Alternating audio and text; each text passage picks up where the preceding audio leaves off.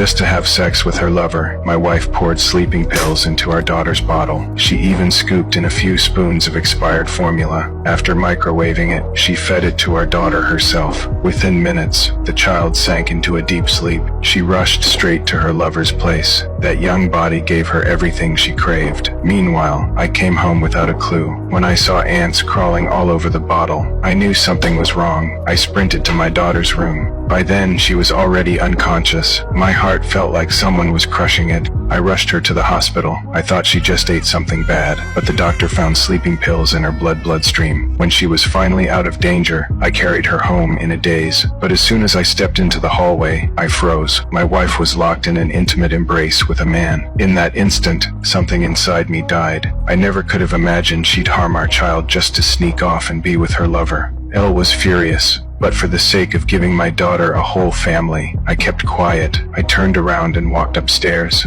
I waited until I heard the elevator, then slowly made my way back. But her lover changed his mind. He came back and headed straight to our place. When I opened the door, what I saw made me freeze all over again. That moment, the rage inside me exploded. I decided to start my revenge. I called my wife's office receptionist, told her to let my wife know I'd be at a funeral and wouldn't be back for 3 days. Then I asked a neighbor to drop me off at the train station. I left my keys behind on purpose, asking her to bring some baby supplies to my place in 2 days. I got on the train and waved goodbye to her. The second she left, I got off and headed to my wife's lover's apartment. To avoid leaving any trace, I put on gloves. After finding some of his hair and a sharp object, I walked out as if nothing happened. Late that night, my wife finally returned home. While she was doing her skincare, she found intimate photos of her and her lover next to the mirror. She thought it was some sick prank from him. She grabbed her phone to confront him. Right then, I cut the power to the whole house. When she stepped out to check,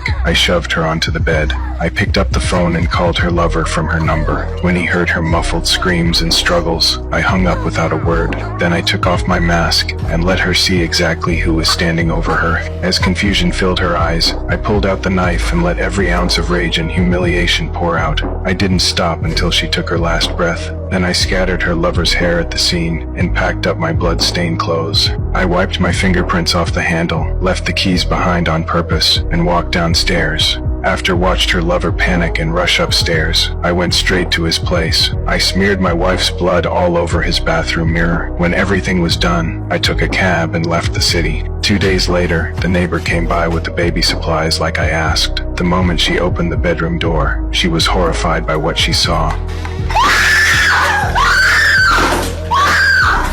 By the time I got back, cops were swarming the place. I put on my best devastated act. Police found male hair at the scene. With the alibi my neighbor gave me, I was cleared immediately. After running the DNA, they locked in my wife's lover as the killer. 여기 저 조서에 서명하는데 묵비권이 당신한테 더 불리할 수 있다는 거 알고